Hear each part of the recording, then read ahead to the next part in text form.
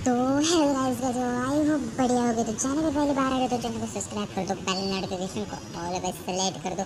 OP30 update के बाद new पेट आने वाला है, न्यू कैरेक्टर आने वाले और न्यू गन आने वाले है। तो जल्दी से वीडियो स्टार्ट करते हैं।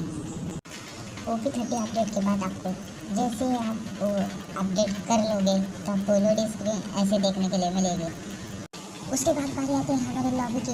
लॉबी 100% कन्फर्म नहीं है क्योंकि बहुत सारे इवेंट आने वाले हैं, तो उसी हिसाब से लॉबी आएगी।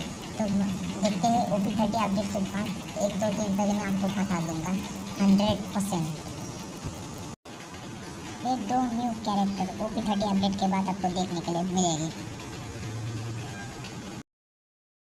OP30 अपडेट के बाद आपको 2 न्यू गन देखने के लिए मिलेगी। उनका नाम है ट्रीटमेंट गन, आप देख ही सकते हो।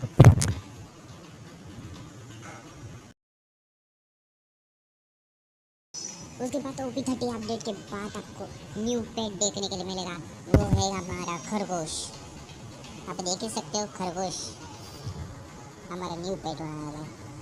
तो जाने से पहले चैनल पर न्यू हो तो चैनल को सब्सक्राइब कर दो, बेल नोटिफिकेशन को ऑल पर सेलेक्ट कर दो और वीडियो अच्छी लगे तो लाइक करना। और मिलते हैं नेक्स्ट वीडियो में।